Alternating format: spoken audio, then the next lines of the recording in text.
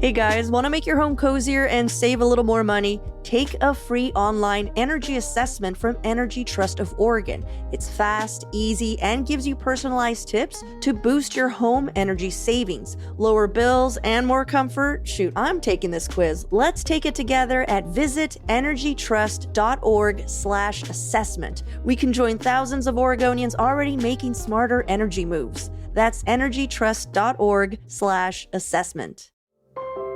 You can make a difference in someone's life, including your own, with a job in home care. These jobs offer flexible schedules, healthcare, retirement options, and free training. They also provide paid time off and opportunities for overtime. Visit OregonHomeCareJobs.com to learn more and apply. That's OregonHomeCareJobs.com.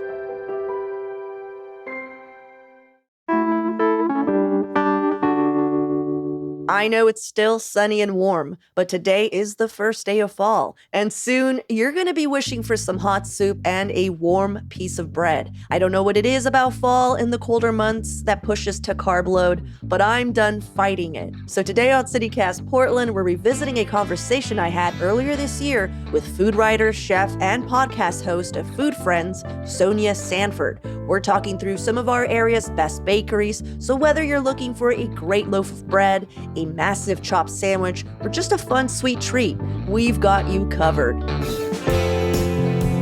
It's Monday, September 22nd. I'm Claudia Meza, and this is what Portland's talking about.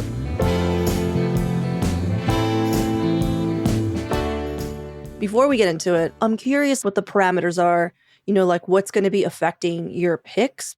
So what is your definition of a bakery? I think bakeries encompass a lot of things. For the purposes of our conversation, I'm really thinking about bakeries that specialize in breads and baked goods like croissants and bagels, as opposed to a patisserie that would focus on sweets and, cakes and mousses and other kinds of also baked goods, but it's different than a, traditional bakery with bread. Okay, cool. So let's just go into if I just wanted to go get a good loaf of something, where would you send me? It's so hard to pick just one anyway. We live in a city. Portland has some of the most incredible bread of anywhere I've ever visited in the country. And there are so many wonderful bakeries. So I have to narrow it down to two. The first is Tabor Bread.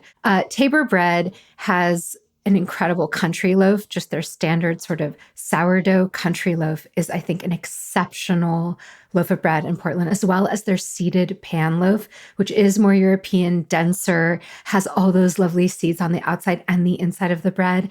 I think what they're doing is phenomenal there. They're using whole grains. They're using a lot of local grains. It's all sourdough. It's extraordinary. And the same is true of Starter Bread in St. John's, which is only open on Sunday and also does porch delivery of their bread. So that's another way to get their bread. You can subscribe to it like a bread CSA.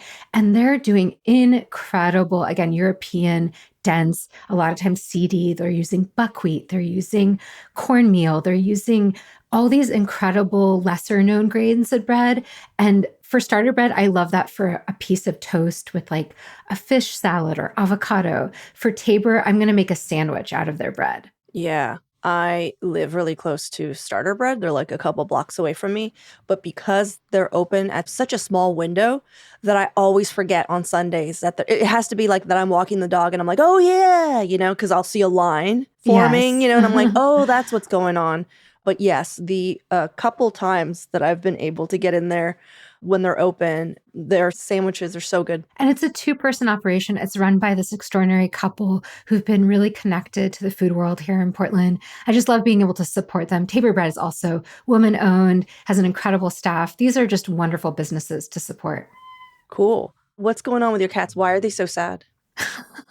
They want to be together. They want to be in the same room with me. But if they're here, they're going to crawl all over the equipment. They're going to turn off the mic. They want to chill. So is this cat o'clock? This is Cat O'Clock. Actually, the cat that's talking is obsessed with bread, and that's not a lie. Really? She'll eat, if I left a loaf on a table or a counter, she would eat through it. Oh my God. Absolutely. Yeah.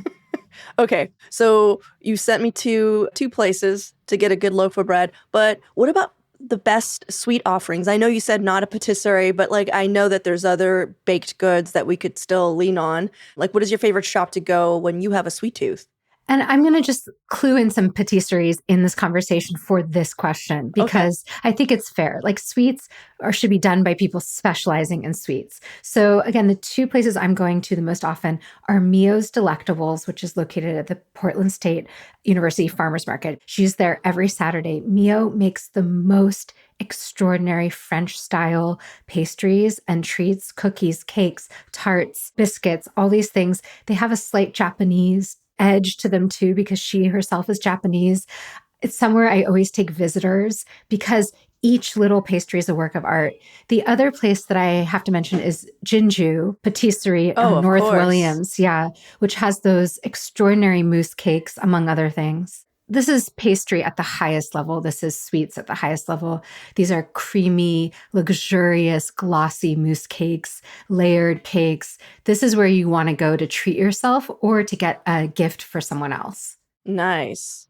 But like I was thinking like if I wanted a cookie or Oh, you know what yeah. I mean? Or like one of those Yeah. like sweet little cardamom rolls or whatever. Like that's a baked good, right? Yeah, I think that Coquine has one of the best cookies in all of Okay. Portland. They have a cafe and they have that incredible chocolate chip cookie that comes with smoked almonds. So Oh, if I want just like a quick little cookie, that's where I'm headed to. wow. And I think Ken's Artisan Bread, which is another extraordinary bakery, they have lovely macarons. They have these incredible pinwheel croissants that in the flavors of passion fruit. And I think there's one in raspberry.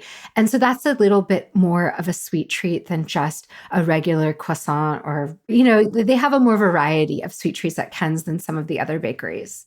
I used to really like going to, is it Saint Honore Bakery? Yeah, Saint Honore. Yeah, Saint Honore. Yeah, they had, and I don't even know what they're called, but they're like these little puffy, pastry-ish, like brioche-ish. It's like French donut holes is like the closest thing I could talk about, but it's not a donut, and Oh. it's coated in small little pieces of sugar and they're so good. Not elephant ears. No, they come in a bag and you just get Oh. like X amount or whatever, and they like melt in your mouth. It's amazing. What a great tip. Yeah, let me actually.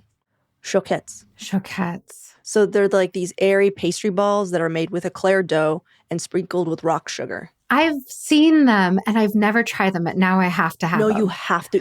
They're so deceptively simple, but like whenever I want something, kind of a sweet treat, I'm always just like, oh, I want a choquette, Yeah. Okay, well, let's take a quick break here, and when we return, the best bakeries for breakfast and lunch.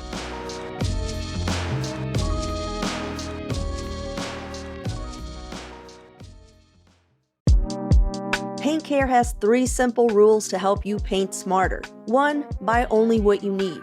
Determining the right amount of paint for your next project can be tricky, but tips like measuring your space and asking your local paint store for advice will help ensure you have enough for your project while minimizing waste. 2, use up what you have. Look around your house and find simple DIY projects where you can use up your paint. Or you could give away your leftover paint to friends, neighbors, or community groups who could benefit from it. 3, recycle the rest at convenient locations like your neighborhood paint store. Paint Care even offers direct pickups for households and businesses with more than 100 gallons of leftover paint.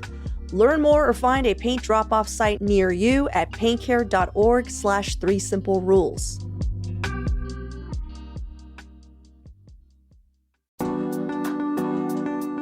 If you've been thinking about replacing your old and drafty windows, this month you can get 50% off all window styles at Window Nation. And Window Nation uses windows made right here in Portland by Milgard that come with a lifetime warranty. Window Nation also has an A+ rating from the Better Business Bureau and over 45,000 5-star reviews. They also have a 50-point inspection of every window before it leaves the factory and a 20-point inspection of every window when it's installed. There's a reason Forbes recently ranked them highest on their list of best window installation companies. You can trust Window Nation for high-quality, affordable windows. And right now, you can also put 0 down, make 0 payments, and pay 0 interest for 2 years. That's right, you could pay nothing until 2027. Schedule a fast, free estimate now with Window Nation at windownation.com. That's windownation.com. License number OR 249065.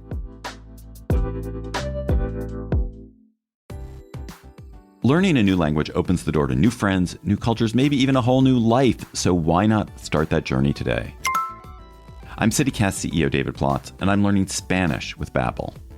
Babbel's conversation-based technique quickly teaches you useful words and phrases about the things you actually talk about in the real world. I've been practicing my Spanish with Babbel's AI conversation partner. I can choose my conversation topic and have a real-time dialogue. It's great at helping me think on my feet, and it's improving my pronunciation. Also, it's really easy to do anytime on my phone using Babbel's excellent mobile app. It's just one of the many fantastic Babbel tools for learning. Plus, Babbel has a real-time feedback, progress trackers, and handy visualizations, all of which make it really easy to stay motivated to learn. I want you to learn another language. So CityCast is teaming up with Babbel to gift you 55% off subscriptions, but only for our listeners at babbel.com/citycast. Get up to 55% off at babbel.com/citycast. Spelled BABBEL.com/citycast.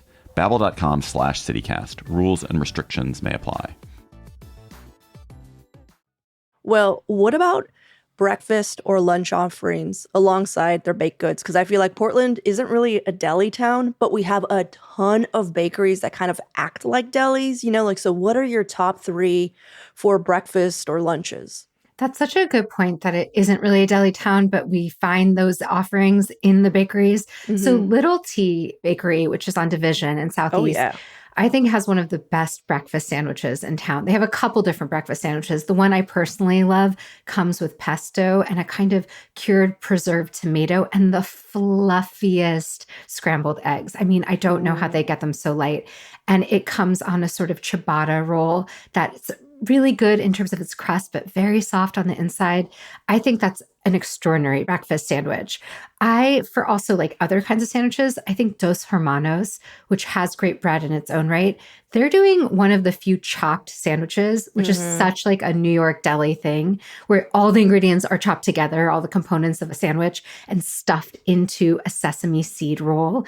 And they're starting to get a lot of attention for these because they're that good. So they have one that's called the Bada Bing, which is like a traditional Italian chopped sandwich. And then they also have a veggie version, which I personally love, which is Get 'em to the Greek, which is full of sort of like Greek salad vibes inside a sandwich. But that sesame roll is just the perfect sandwich bread. Nice. Yeah, our producer, Julia Fiaioni, is a big fan of the Bada Bing. It's a winning sandwich. And then the last shout out I'll give, because you asked for 3, is at Ken's Artisan Bakery, which I've already mentioned, but they have really good sandwiches as well. They have a Hero, which is another kind of Italian sandwich that I think is one of the best in Portland. And they also have a tuna sandwich that I think deserves attention. Oh, okay. Yeah, made with sacred sea tuna and lots of lemon and herbs. And they serve it on their croissants.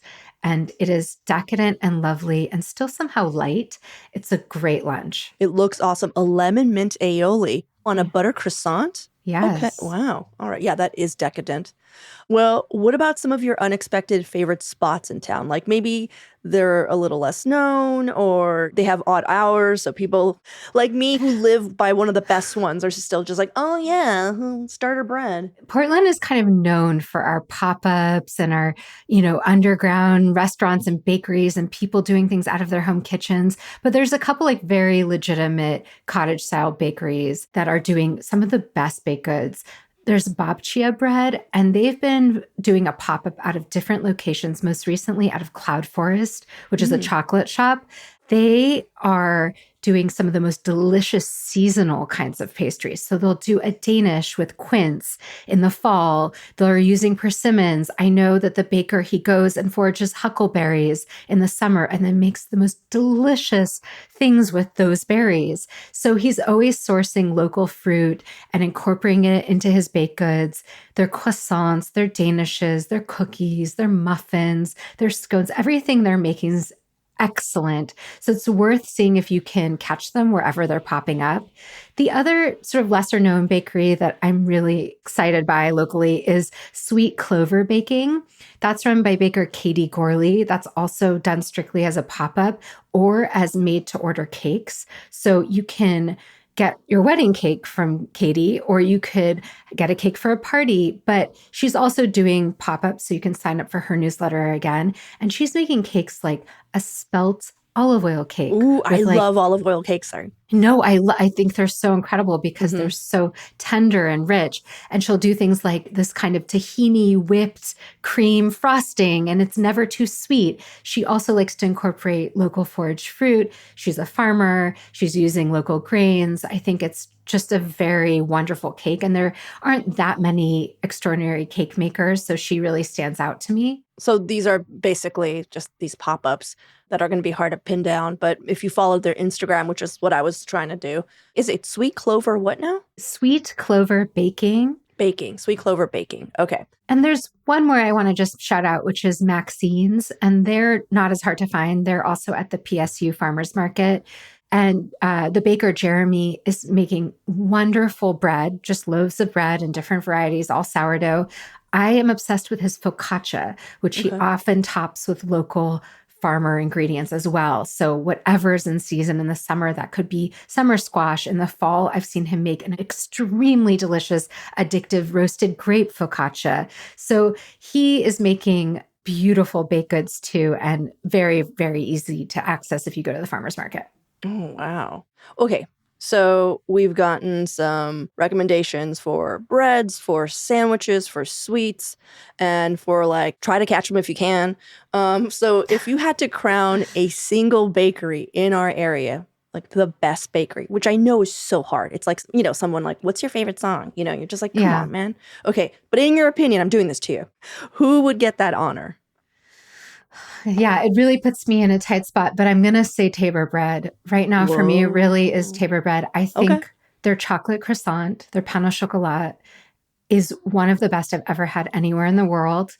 They're doing bagels on the weekends that are so flavorful with incredible schmears, like an herby schmear. There's a choice of different spreads. Their loaves of bread are my go-to for sandwiches, like I've already said. They have incredible cookies too. They have this beautiful kind of like millet topped, seedy cookie that almost tastes healthy, almost feels like you're being virtuous when you're actually indulging in a cookie. I think their range of baked goods and the quality and the customer service and the atmosphere, everything about Tabor bread is winning for me.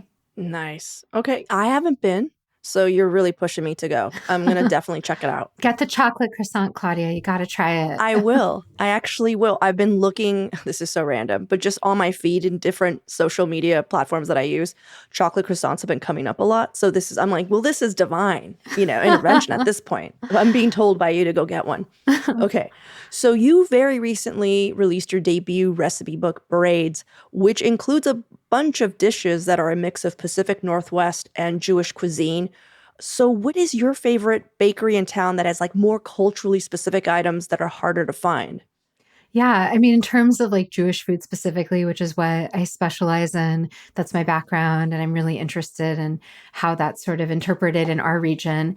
There's two places that come to mind. One is Baker and Spice in Southwest. It's not an explicitly Jewish bakery, but they make beautiful challahs, which is an enriched sort of brioche-like dough for bread. It's an egg bread. So it's a little sweet. It's very soft and pillowy. Ooh. It's rich. I think they're doing one of the best versions in town.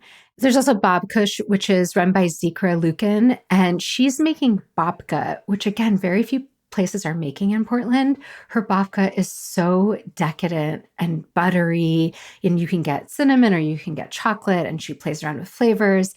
And they sell her babkas at Providor.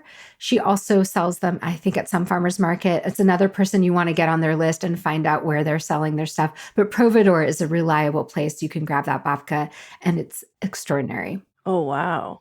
Okay, so whenever I think of babkas, I think of that Seinfeld episode. Do you know which one I'm talking about? Yes, I do. Where they're trying to get a chocolate babka and like someone gets the last one and they're just like, well, here's a cinnamon babka. And they're just like, that's an inferior babka. And they get really upset about it. So what do you think? Chocolate babka over cinnamon? Like, what is your favorite?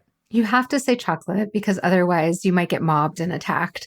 But I do have a soft spot for cinnamon. I think they're equal. Like, I know that that's a cop-out, but I really sometimes in the mood for cinnamon babka and sometimes I'm in the mood for chocolate babka. But if I had to pick just one, chocolate, is the winner by a tiny bit. Deep lore. When I was in college, I took some classes. Like I went to a very hippie college whose sister school was Columbia in New York. So I was able to take some classes there or whatever. And I was in a band. And so I was just kind of living there for a few months, staying in the Lower East Side. And I got a weekend job at a Hasidic bakery. And the only days that I worked were Friday and Saturday for very specific reasons. I'm not Jewish. Yes. And everyone there was like from Israel. like they had like a program that they would bring in workers and stuff. And it was just me by myself. You were by yourself? It's the most New York thing ever. And it was just like little ladies come in and I learned how, it took a little bit because there's like an ancient from the 20s bread slicer that I would mangle all the bread. It took a while. Everybody was so sweet. They knew. They were just like, all right, this is how we're getting our bread today. But I learned about all of these Jewish pastries, which I never tried, and like how to say them. Yeah. It's a very fond memory of like me being in my early 20s in New York. So whenever I see Jewish pastries, I get really excited. I'm just like, oh, it's something that's hard to find here in Portland. Yeah, I had a Jewish deli here in Portland for a little bit pre-pandemic, and we had rugelach and we had babka, and we often had that feedback of like, there's nowhere else to find this. So that's why I really love celebrating the places that are making it. That's why I think babkush is so exciting, and I think what Baker and Spice are doing is so wonderful. So there are definitely some of them in town. Yeah. Well, we're totally going to link your book in our show notes, but do you have anything coming up that you want to plug for our listeners? Because I know you also do classes. Yeah, so I teach cooking classes for groups, for companies, for team building, or for one-on-one to just help you out in the kitchen. And you can find that on my website, soniasanford.com. And I also host a podcast for home cooks to help home cooking be a little easier, to find recipes that actually work and dishes that you can actually make for dinner, for your family, for your friends, for yourself. And that's called Food Friends Home Cooking Made Easy. Food Friends. Didn't your podcast beat another podcast recently, or did I make that up? I feel like there was a brag somewhere in there. Really? Well, we've been doing really well. We're like one of the top 15 food podcasts in the country. There it is. That's amazing. In the country. Thank I think you. because I remember you telling me something and I was like, I filed it away like, that's really cool. And it had to Thank do with your you. podcast. That is top 15 food podcasts in the country is amazing. So we'll also link to your podcast. Congratulations. That's so awesome. Thank you so much. Yeah, it's been really fun. And we genuinely love connecting with people and helping them out in the kitchen. Awesome. Well, thank you so much for taking the time and sharing some of your favorite bakeries. It's so funny. You've just said so many that I've been meaning to check out, but it's so hard when you're in St. John's, let me tell you. Oh, yeah. And also, this town, it's an embarrassment of riches. Like, we have so much good food. To narrow it down to just a few is tricky. Yeah. Well, thanks again. Sorry again about the cat and the whole thing. But Yeah. This is Cat O'Clock.